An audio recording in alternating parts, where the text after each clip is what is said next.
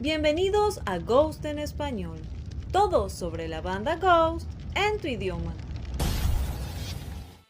En entrevista con My Rock, a Tobias Forge le preguntaron por qué casi no se tocan canciones de los dos primeros álbumes de Ghost, Opus Eponymous e Infesti Summum, en los conciertos.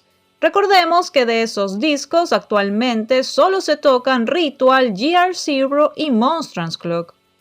A Tobias le preguntan, ¿se está volviendo difícil para Ghost llevar canciones de los dos primeros álbumes de gira? Tobias dice, aunque tocamos algunos extractos de Opus e Infesti Summum en el concierto, debo admitir que hemos llegado a un punto en el que casi podríamos tener un espectáculo secundario compuesto íntegramente por canciones de esos dos primeros álbumes.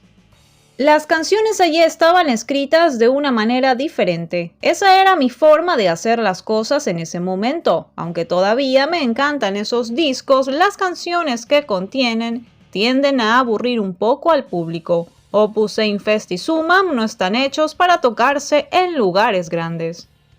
Por supuesto, hay que decir que Ritual es un éxito y probablemente se siga tocando, pero en realidad hay canciones de Infesti Summum que serían mejores si las tocamos en un lugar más adecuado, con solo 1000 personas que aman esas canciones. Si hoy tocamos 2 o 3 canciones de esos álbumes, romperíamos un poco el ritmo. Como son más complicadas, tienen una vibra muy distinta. En todo caso, puedo decir que en el futuro podría hacer un concierto de Ghost que no fuera en un gran lugar. Tal vez suceda de forma natural cuando seamos menos populares y volvamos a lugares mucho más pequeños. Eso le ha sucedido de forma natural a muchas bandas, por lo tanto, quién sabe.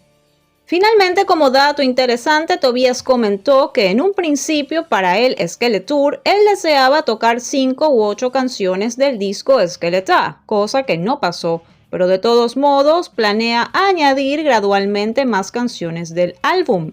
Podría ser Cenotaph y Guiding Lights, esta última en reemplazo de He Is.